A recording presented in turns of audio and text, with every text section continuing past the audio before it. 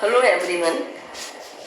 Yesterday you were reading how listening public became reading public, and the line in between listening and reading public became intermingled. Today I will explain effect of print. Print के कारण बड़े स्तर पर wide circulation में different लोगों के idea फैलने लगे और एक नई दुनिया इंट्रोड्यूस हुई जो डिबेट और डिस्कशन पर डिपेंड थी। वो लोग जो authorities means pope, church father के व्यूज़ के अगेंस्ट थे, वो भी अपने आइडियाज़ प्रिंट के थ्रू छपवाने लगे और लोगों से अपील करने लगे कि वो डिफरेंटली सोचना शुरू करें। Not every one welcome the printed book. बहुत से लोग बुक की ईजियर एक्सेस और वाइड सर्कुलेशन से भयभीत थे, क्योंकि बुक सबके माइंड पर काम करती थी। इस बात का डर था अगर बुक की अनलिमिटेड प्रिंटिंग होती रही और उसमें जो भी छप रहा है उस पर कंट्रोल न किया गया तो रिवॉल्ट होने लगेंगे। And if that happened the authority of valuable literature would be destroyed. Religious authority और किंग और राइटर और आर्टिस्ट सभी को इस बात की परेशानी थी कि अधिक बुक के प्रिंट होने से, लोगों के अधिक पढ़ने से वाइड स्प्रेड क्रिटिसिज्म का एटमॉस्फेयर बन जाएगा, क्योंकि बुक में जो भी लिखा है उसका मीनिंग लोग अपनी तरह से ही लगाएंगे। बुक में एक इंसिडेंस दिया गया है कि रिलीजन के स्फीयर में यूरोप में किस तरह का असर पड़ा प्रिंट का। इसमें है in 1517 the religious reformer Martin Luther wrote 1905 thesis criticizing many of the practice and rituals of the Roman Catholic Church। 1517 में मार्टिन लूथर जो थे, जो एक बहुत ही अच्छे स्पीकर भी थे। अगर हम गूगल में देखें कि 10 मोस्ट जो पॉपुलर स्पीकर हुए हैं तो उसमें मार्टिन लूथर का नेम जो है वो फर्स्ट नंबर पे आता है। उन्होंने एक 95 थीसिस नाम की बुक लिखी और रोमन कैथोलिक चर्च में जो प्रैक्टिसेस होती थी उसके अगेंस्ट और उसको उन्होंने क्रिटिसाइज किया। अ प्रिंटेड कॉपी ऑफ द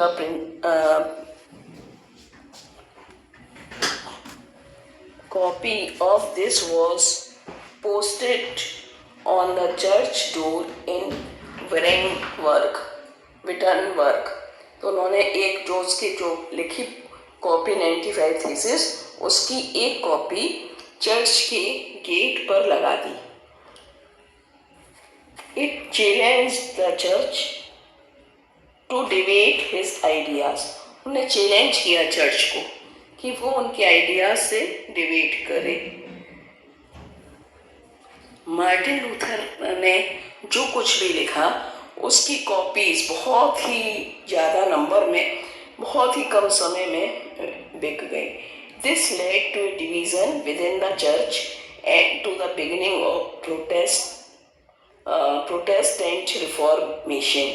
और यहाँ चर्च के अगेंस्ट एक मूवमेंट स्टार्ट हुआ जिसे हम कहेंगे प्रोटेस्टेंट रिफॉर्मेशन। ये पीरियड शुरू हुआ प्रोटेस्टेंट रिफॉर्मेशन का। Luther's translation of New Testament sold 5,000 copies within a few weeks, and second edition appeared within 3 months। Means Luther की जो भी राइटिंग्स थी वो बहुत जल्दी सेल होने लगी। Deeply grateful to print, Luther said.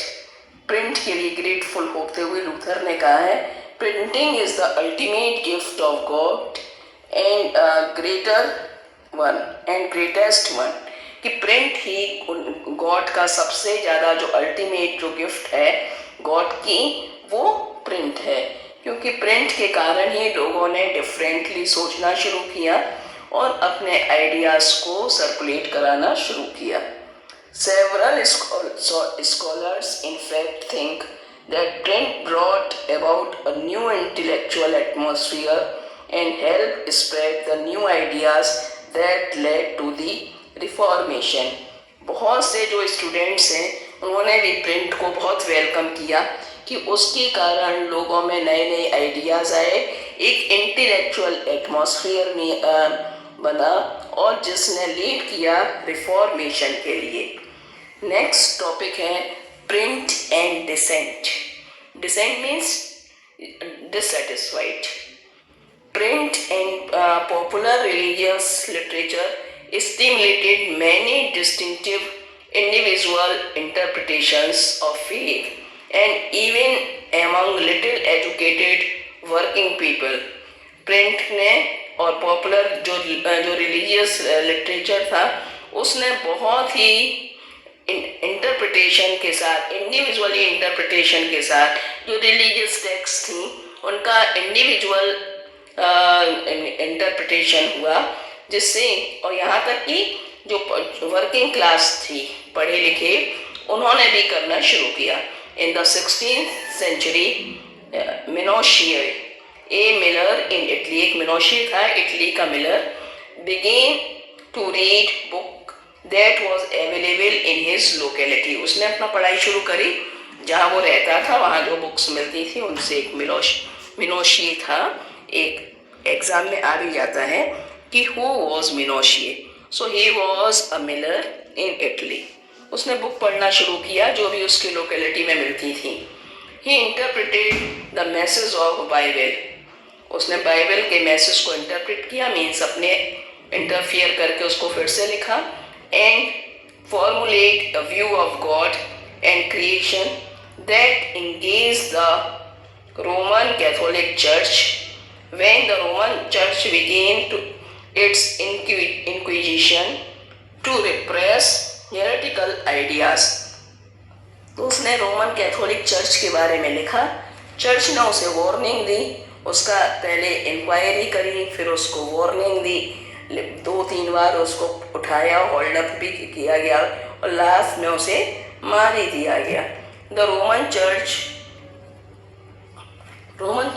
बहुत ट्रबल्ड होती थी इस तरह की जो भी राइटिंग्स आती थी उसके अगेंस्ट लिखने पर, और उसका असर ये होता था कि लोग अगर फेथ पर क्वेश्चन करें, मतलब जो चर्च पे जो फेथ है उस पर कोई क्वेश्चन करें, कोई उसके अगेंस्ट कोई आवाज़ उठाए, तो उसने उनके संग बहुत उसको बहुत परेशान करती थी.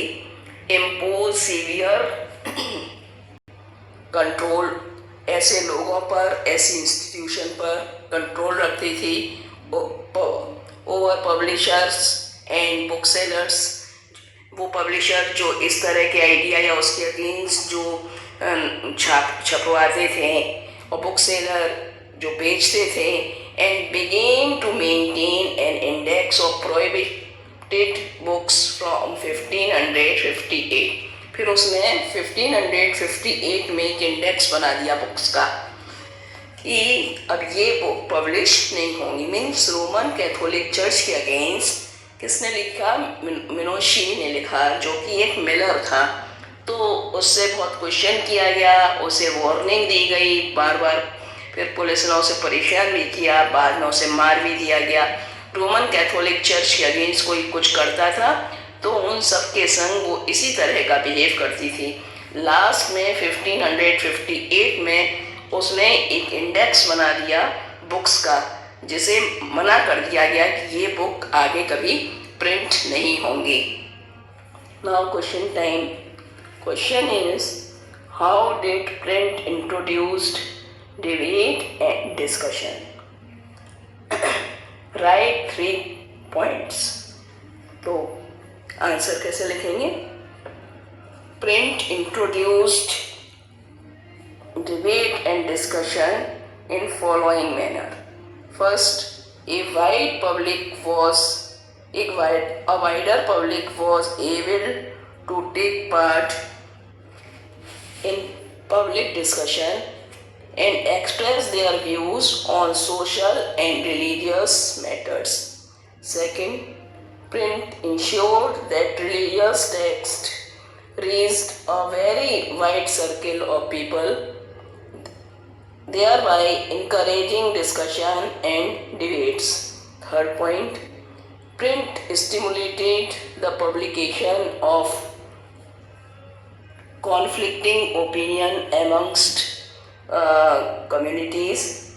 This also encourages debate on communal practices. आज के लिए इतना ही. Thank you. Have a nice day.